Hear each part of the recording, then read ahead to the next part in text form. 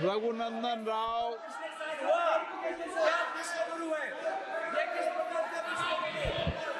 माननीय अध्यक्ष महोदय, फाइनेंस बिल के ऊपर बात करने का मौका दिया, मैं बहुत बहुत आभारी हूँ आप। माननीय प्रधानमंत्री श्री नरेंद्र मोदी जी के नेतृत्व में हमारा फाइनेंस मिनिस्टर श्री निर्मला सीतारमण जी ने 24 का फाइनेंस बजट रखते हुए इस देश के युवा के लिए, इस देश को आगे बढ़ाने के लिए, स्किल डेवलपमेंट के लिए, अनएम्प्लॉयमेंट को दूर करने के लिए मोर ट्रांसपेरेंसी के साथ ये बजट को लाया है। ये बिल में जो कॉर्पोरेट टैक्स के बारे में बार बार हमारा सांसद लोग बात कर रहे हैं, उन लोगों को मैं ये बताना चाह रहा हूँ, we brought transparency in the income tax wing and as well as in the other departments also, due to which the persons, those who respect the government, has been increased and the number of taxpayers strength has been increased in this country. Such a transparency has been brought in the income tax department, and a person who is filing the income tax don't know where and who is scrutinizing his income tax papers, and the officer also don't know where does the application came from. Such a type of transparency is brought in the income tax system, so the persons, those who are the taxpayers number has been enormously increased in this country. This clearly shows the people of this country are showing the confidence on the government which is led by the Honorable Prime Minister Shri Narendra Modi ji. माननीय अध्यक्ष महोदय, हमारा तेलंगाना राज्य में बार बार इसके पहले जो सरकार था, टीआरएस सरकार, या जो सरकार 6 महीने के पहले गवर्नमेंट में आया था, वो सरकार, ये दो सरकार, कांग्रेस की सरकार ही होने दो, वो टीआरएस का सरकार होने दो, कभी भी स्टेट में कुछ अच्छा हुए तो उन लोग करे बोलते, अगर कुछ बुरा हुए तो वो सेंटर के ऊपर डालने के लिए कोशिश करते रहते। हर बार वो 10 साल का बीआरएस का रूलिंग होने दीजिए, नहीं तो 6-7 महीने को कांग्रेस का रूलिंग होने दो। कोई भी एक बात, कभी भी कुछ राज्य के लिए केंद्र सरकार ने कुछ अच्छा करता, उस अच्छा चीज के बारे में इन लोग कुछ भी नहीं करता, बार बार बदनाम की पॉलिटिक्स करना है, उसके अलावा कुछ भी नहीं कर रहा है। अध्यक्ष महोदय, तेलंगाना में 28 crores 88 lakhs 11,000 rupees public money has been spent by the then government, TRS government, for 10 years, which was found fault by the CAG department, and CAG said that there is no permission for these 28 crores 88 lakh 11,000 rupees. Even if you come to the Pradhan Mantri Awas Yojana, the central government has given Pradhan Mantri Awas Yojana like other states to the Telangana also.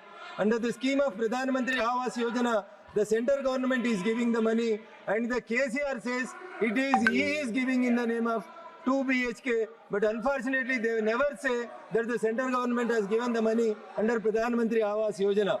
Now the new government, which is headed by Congress party and Mr. Revanth Reddy, they are saying that they are going to give Indiramma houses, but they are also not saying that this money is being given by the Honorable Central Government under the leadership of Narendra Modi ji for Pradhan Mantri Awas Yojana.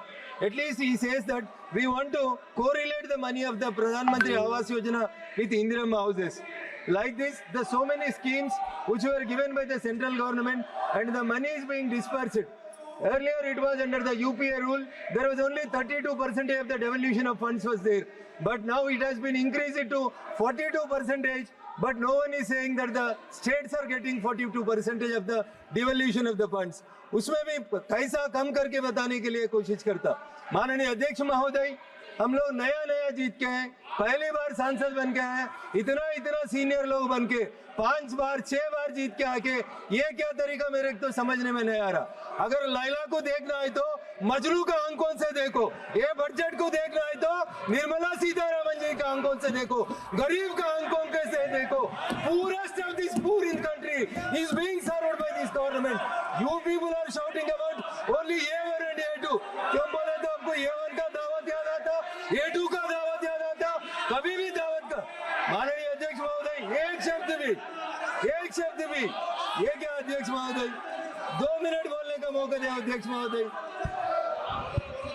इन लोगों का तरीका कैसा है बोले तो 372 में स्पष्ट है, सदन नियमों प्रक्रियाओं से चलता है। उसमें मंत्री जी का स्टेटमेंट मांगा, मंत्री जी ने आपको स्टेटमेंट दे दिया, आपकी मांग को स्टेटमेंट दिया। संसद के अंदर, लोकसभा के अंदर नियम प्रक्रिया के अंदर उस पर स्पष्टीकरण नहीं मांगा जाता। ओके, माननीय मंत्री। In the year 2014, when Honorable Prime Minister Narendra Modi ji came into power, there was a demand for to bring one nation, one tax. Congress लोग बोलते हैं हमारा सोनिया जी का मानस पुत्रिका, but they failed to introduce the GST bill 2004 and 14. After 10 years of their governance, they can't do the act of GST. But it was brought by under the leadership of dynamic leadership of Sri Narendra Modi ji that the GST was being introduced in this country. In the year 2017, when it was introduced for the first time, for the first month, 68,000 crores of rupees has came as the GST tax in this country, and in the last month it has been grown up to the 2 lakh crores.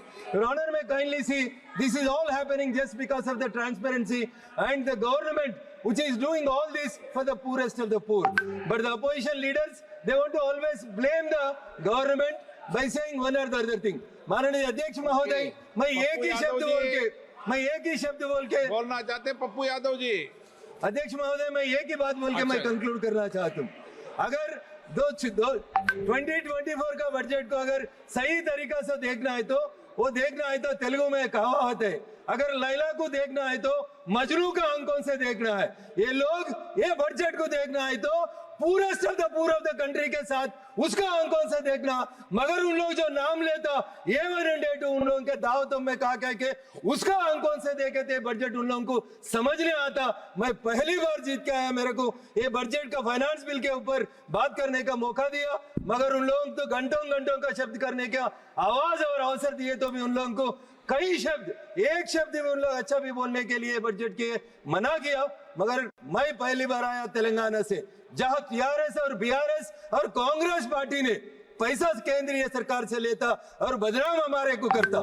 कल का budget में सिर्फ और सिर्फ 2 पदों के ऊपर 48,000 crore has been given to the Telangana government, मगर वहां हमारा तेलंगाना कांग्रेस का सरकार ने बड़ा फ्लेक्सी लगा के ये बात बोलते तेलंगाना से भाजपा को 8 MP दिया, 8 पैसा भी नहीं लाता। वो 7वीं क्लास पढ़ा, 5वीं क्लास पढ़ा, हमारा सीएम क्या पढ़ा मैं नहीं बोल सकता हूं, मगर जो आदमी जो बजट को सही तरीका से नहीं देख सकते उसको मैं क्या बोल सकता हूं। सर, निर्मला सीतारामन जी ने कश्मीर से लेकर कन्याकुमारी तक हर कंट्री में हर जो स्टेट है, हर स्टेट को इक्वल अपॉर्चुनिटी देके आगे बढ़ाने के लिए जो फाइनेंस बिल लगाया, फाइनेंस बजट लगाया, मैं इसको समर्थन देते हैं। मेरे को अवकाश दिया माननीय अध्यक्ष जी, मैं आपको बहुत बहुत बधाई देते विराम लेता हूं। धन्यवाद।